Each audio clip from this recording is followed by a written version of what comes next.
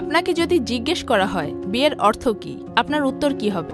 আপনার উত্তর জানানোর জন্য কমেন্ট বক্সের অপশনটি খোলা রয়েছে। তবে আজ কথা বলবো কিভাবে একজন মানুষ বুঝতে পারবে যে সে বিবাহের মতো বন্ধনে আবদ্ধ হওয়ার জন্য প্রস্তুত।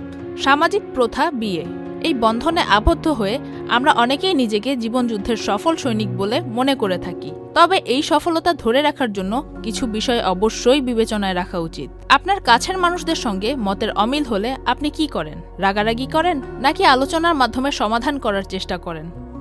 কনফ্লিক্ট রেজলিউশন বা দ্বন্দ্ব সমাধানে আপনি কতটা কৌশলী এবং পারদর্শী তার উপর কিন্তু আপনার সাংসারিক শান্তি অনেকটাই নির্ভর করে। অপরিচিত কোনো ব্যক্তির সাথে আপনার যোগাযোগ দক্ষতা ঠিক কতটুকু ভালো?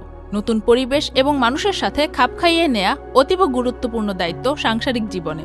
বিয়ের পরিকল্পনা করলে সাংসারিক জীবনে আর্থিক বিষয়াদি নিয়ে পরিকল্পনা কখনোই এড়িয়ে যাওয়া উচিত নয়, বরঞ্চ পুঙ্খানুপুঙ্খভাবে এই পরিকল্পনা করা উচিত। পারিবারিক সিদ্ধান্ত গ্রহণের ক্ষেত্রে বাকি সদস্যদের মতামত আপনি কতটুকু গুরুত্ব দিয়ে থাকেন?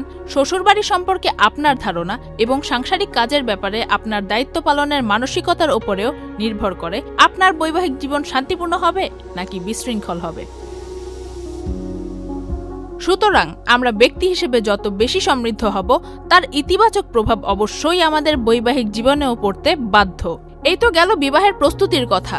বিয়ের জন্য কোন বয়সকে আদর্শ বয়স হিসেবে আপনি মনে করেন তা কমেন্ট বক্সে লিখে জানান। Faria Ahmed, channel I.